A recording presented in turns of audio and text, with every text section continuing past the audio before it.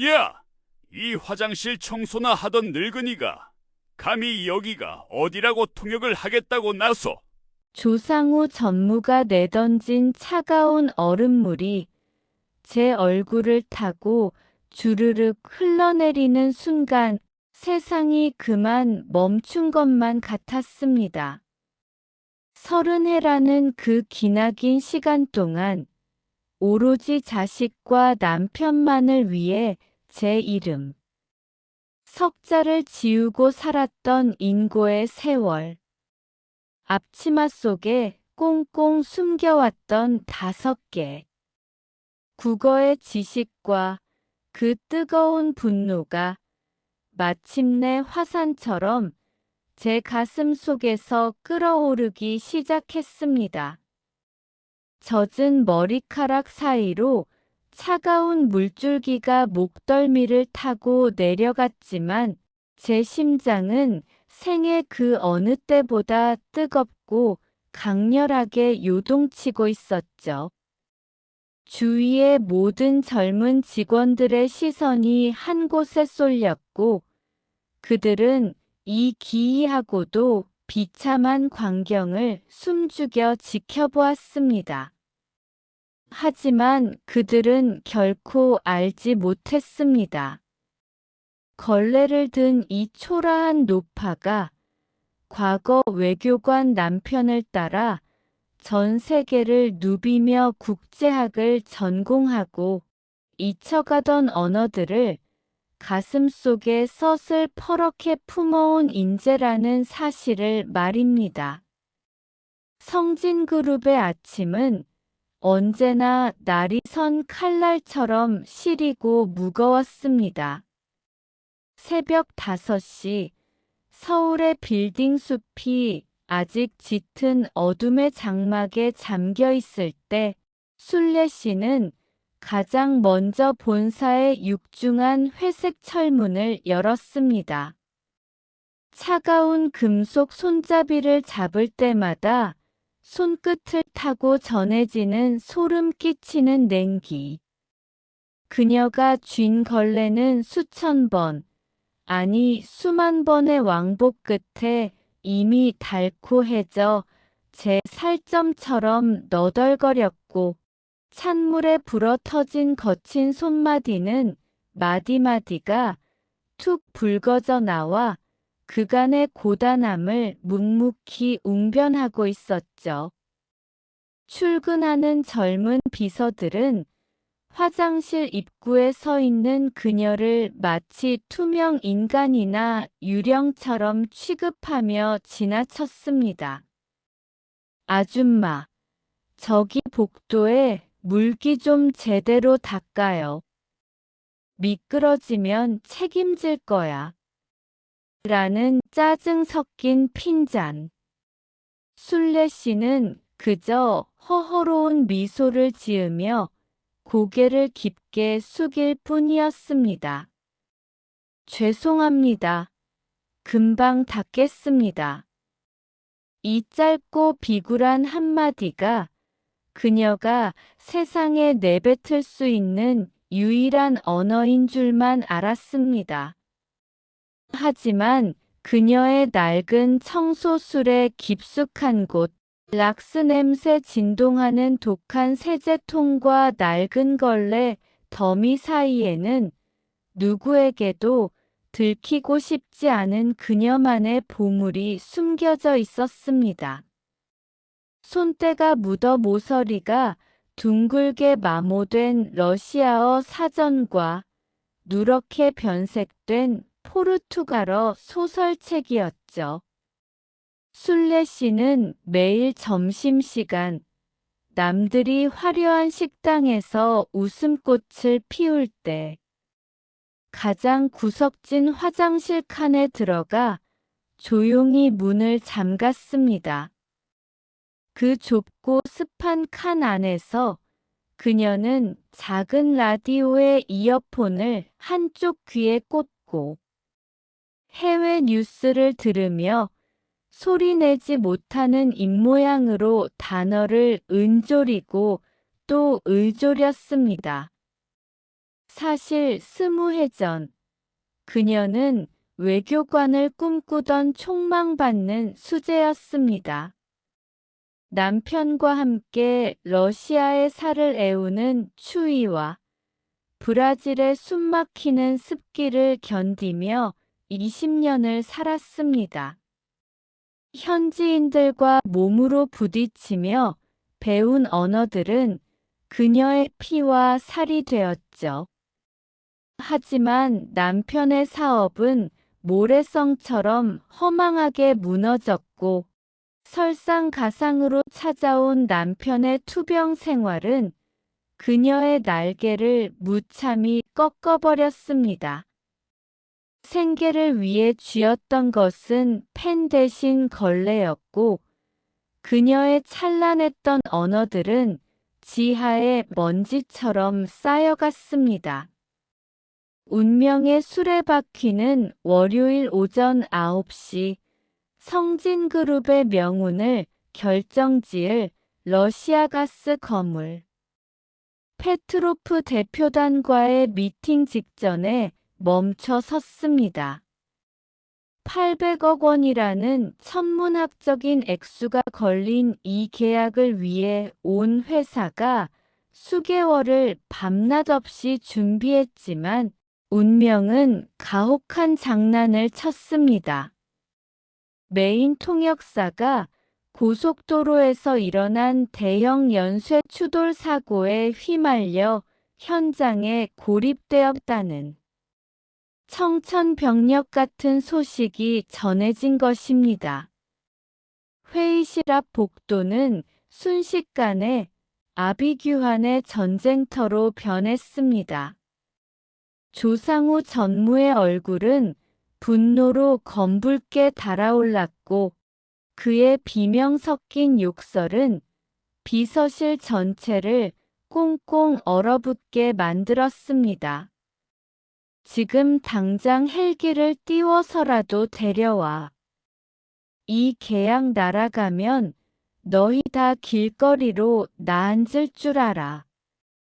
강민혁 이사가 다급히 다른 통역사를 수소문했지만 러시아 비즈니스 전문 용어와 한국의 복잡한 에너지, 산업 구조를 완벽히 이해하는 인력을 단 1시간 만에 구하는 것은 불가능에 가까웠습니다. 대표단을 태운 검은색 세단이 이미 본사 정문에 도착했다는 무전이 날카롭게 울려 퍼지자 조 전무는 소파를 걷어차며 모든 비서에게 당장 사표를 준비하라고 소리쳤습니다. 그때였습니다. 회장실 옆 탕비실에서 묵묵히 걸레를 빨고 있던 순례 씨의 손이 멈췄습니다.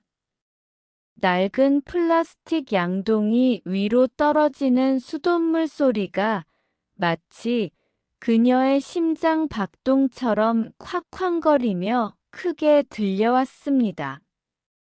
그녀는 젖은 손바닥을 해진 앞치마에 문질러 닦으며 천천히 고개를 들었습니다.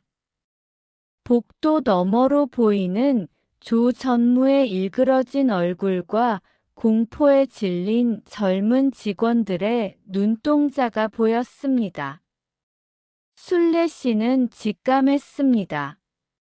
순례야, 지금 이 문을 열고 나가지 않는다면 내 인생은 평생 화장실 칸에서 사전이나 뒤적이는 유령으로 끝날 거야.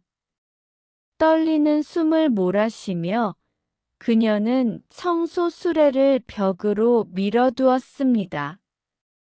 그리고 단 한 번도 누구에게 보이지 않았던 결연한 표정으로 분노로 날뛰는 조 전무의 앞으로 한 걸음씩 천천히 걸어 나갔습니다.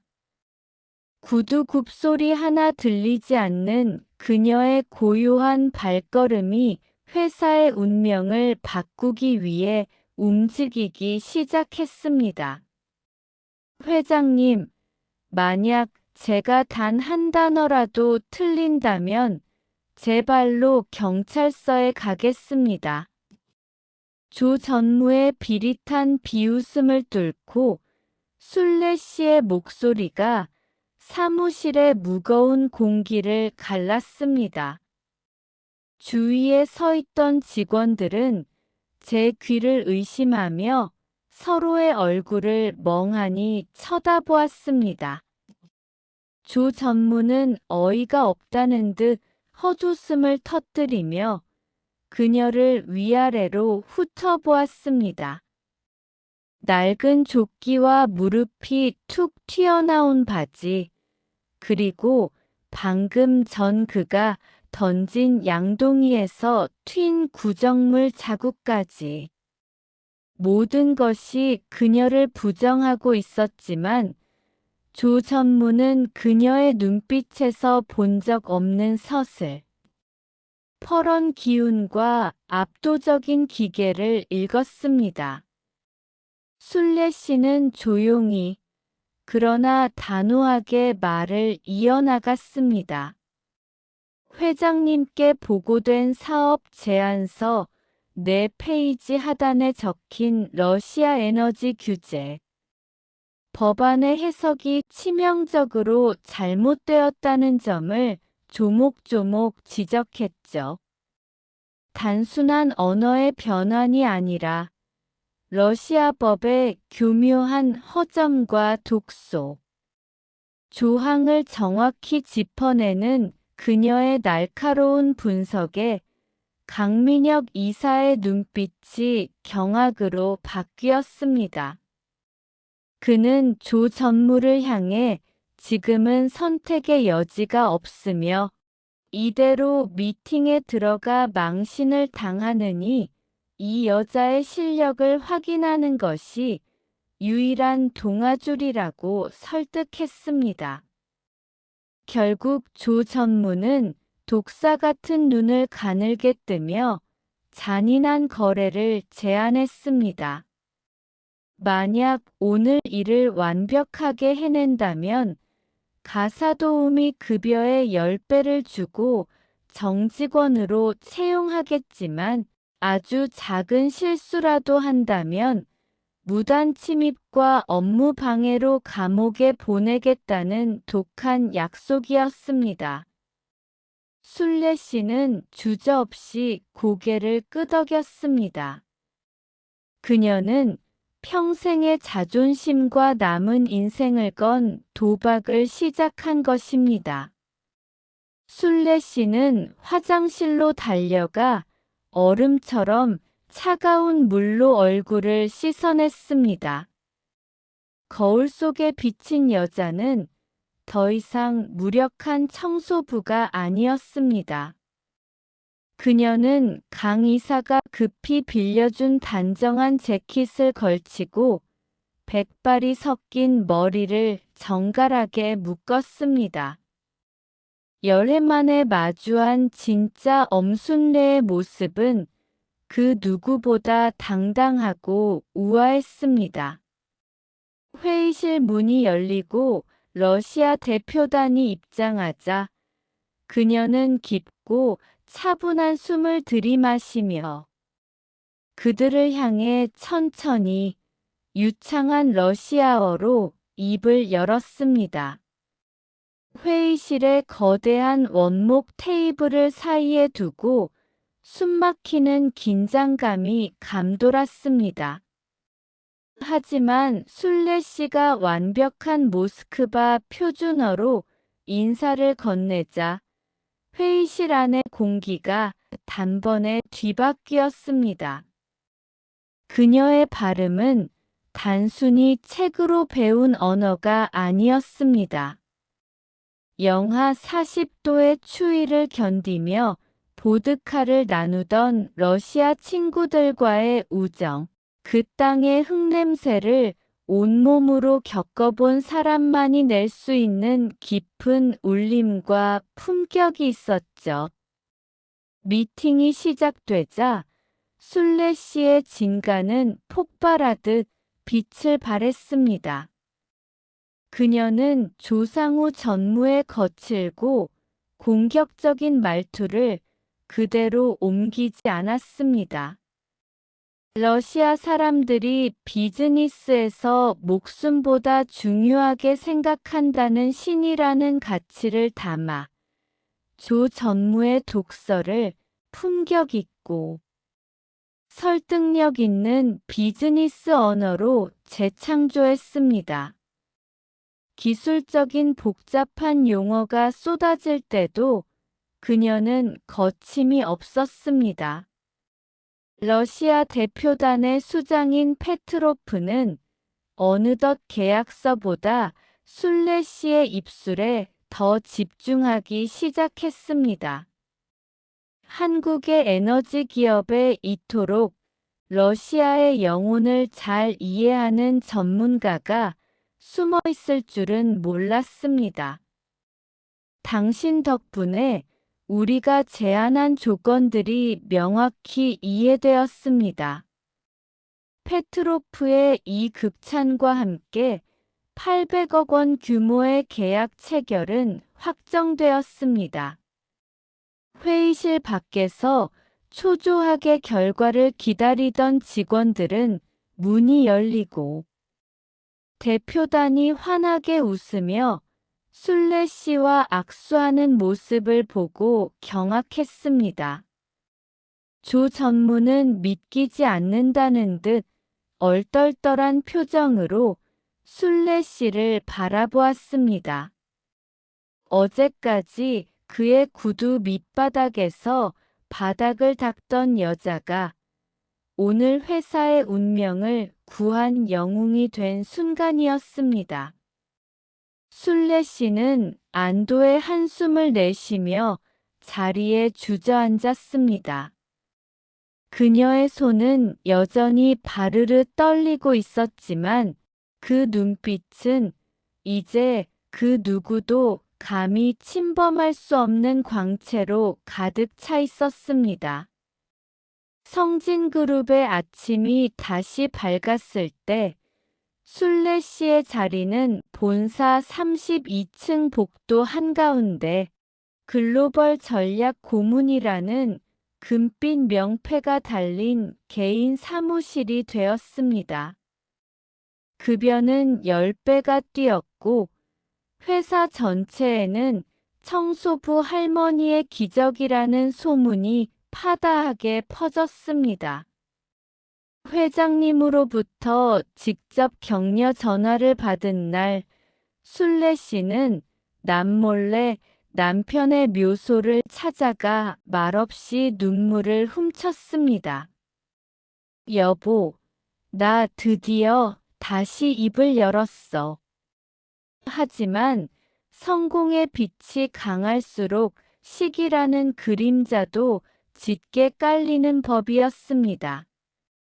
조 전무의 신복인 31살 한유라 비서는 술레 씨의 등장을 수치로 받아들였습니다. 한 비서는 사내에 악의적인 소문을 퍼뜨리기 시작했습니다. 그 할머니 사실은 예전에 회장님 댁 가사도우미 하면서 기밀 서류 다 훔쳐보고 외운 거래.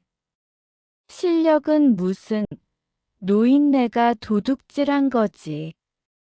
직원들의 시선은 다시 얼음장처럼 차가워졌습니다. 복도에서 그녀를 마주칠 때마다 사람들은 대화를 뚝 멈추고 힐난 섞인 눈빛을 보냈습니다. 술레 씨가 먼저 다가가 인사를 건네도 그들은 못 본 척 고개를 돌렸습니다. 술레 씨는 이 모든 모욕을 묵묵히 견뎌냈습니다. 하지만 한유라 비서와 조 전무는 이미 더 잔인하고 치명적인 음모를 준비하고 있었습니다. 타깃은 차세대 먹거리로 사활을 걸고 준비하던 브라질 국영 에너지 기업과의 기술 제휴 프로젝트였습니다. 한 비서는 보안팀의 눈을 피해 술래 씨가 잠시 자리를 비운 틈을 타 그녀의 컴퓨터에 몰래 접속했습니다. 그리고 핵심 기술 도면과 입찰가 서류를 경쟁업체로 발송했습니다. 모든 흔적은 술래 씨의 계정으로 정교하게 남겨졌고 전송 기록은 지워지지 않은 채 완벽한 증거로 박제되었습니다. 금요일 오후 보안팀 직원 5명이 들이닥쳤습니다. 엄순례 고문님, 국가 핵심 기술 유출 혐의로 긴급 조사를 받으셔야겠습니다. 조 전무가 회의실 문을 부술 듯 박차고 나타나 비릿한 미소를 지었습니다. 역시 근본 없는 사람은 어쩔 수 없군. 회사를 통째로 팔아넘기려 했다니. 술래 씨는 자신이 결백하다고 소리쳤지만 모니터에 선명하게 찍힌 발송 기록 앞에서는 어떤 말도 힘을 얻지 못했습니다. 그녀는 한순간에 영웅에서 추악한 산업 스파이로 전락해버렸습니다. 술래 씨는 제대로 된 변명조차 해보지 못한 채 쫓겨났습니다. 손에는 1년 만에 다시 낡은 청소 도구가 담긴 박스 하나만이 초라하게 들려 있었죠. 차가운 가을비가 장대처럼 쏟아지기 시작했습니다. 1년 전 그토록 당당하게 벗어 던졌던 앞치마가 떠올랐습니다. 지하철 1호선 노약자석에 앉아 술래 씨는 하염없이 눈물을 흘렸습니다. 술래야, 내 주제에 무슨 영화를 보겠다고. 자책과 절망이 거대한 파도처럼 밀려왔습니다. 하지만 그 순간 옆자리에서 들려오는 은밀한 목소리가 그녀의 귀를 때렸습니다. 네, 도면은 이미 넘겼습니다. 예, 그 할머니가 다 뒤집어섰으니 걱정 마세요. 오늘 밤 인천 한 카페에서 잔금 받기로 했습니다. 그 목소리는 분명 조 전무의 수행원이었습니다. 그는 주위 사람들이 알아듣지 못할 거라 확신했는지 영어와 포르투갈어 비속어를 섞었으며 은밀하게 통화하고 있었습니다. 술래 씨의 눈빛이 순간 번뜩였습니다. 그들은 술래 씨가 포르투갈어 비속어까지 완벽하게 알아듣는다는 사실을 꿈에도 몰랐던 것입니다. 술래 씨는 비에 젖은 몸을 벌떡 일으켜 세웠습니다. 그녀는 박 기사가 지하철에서 내리자 조용히 그의 뒤를 쫓기 시작했습니다. 비 내리는 서울 도심, 62의 노파는 자신의 결백을 증명하기 위해 거대한 악의 뒤를 쫓는 고독한 그림자가 되었습니다. 술래 씨는 박 기사를 미행하며 그가 누군가와 주고받는 문자 메시지까지 확인했습니다. 떨리는 손으로 자신의 낡은 휴대전화를 꺼내 녹음 버튼을 눌렀습니다. 그녀는 박 기사가 인천항의 어두운 카페로 들어가는 것을 확인한 뒤 즉시 강민혁 이사에 전화를 걸었습니다. 카페 창가 어둠 속에 몸을 숨기고 안쪽 상황을 지켜보던 술래 씨의 눈에 조 전무와 한 비서, 그리고 브로커가 보였습니다. 그들은 와인을 들이켜며 승리를 비열하게 자축하고 있었죠. 술래 씨는 카페 안으로 당당하게 걸어 들어갔습니다. 조 전무는 그녀를 보고 질색하며 비명을 질렀습니다. 이 미친 노파가 여기가 어디라고 또 나타나. 하지만 술래 씨는 흔들림 없이 그들의 테이블 앞에 섰습니다. 그리고 그들이 방금 주고받았던 스페인어와 포르투갈어, 대화 내용을 토시 하나 틀리지 않고 한국어로 읊기 시작했습니다.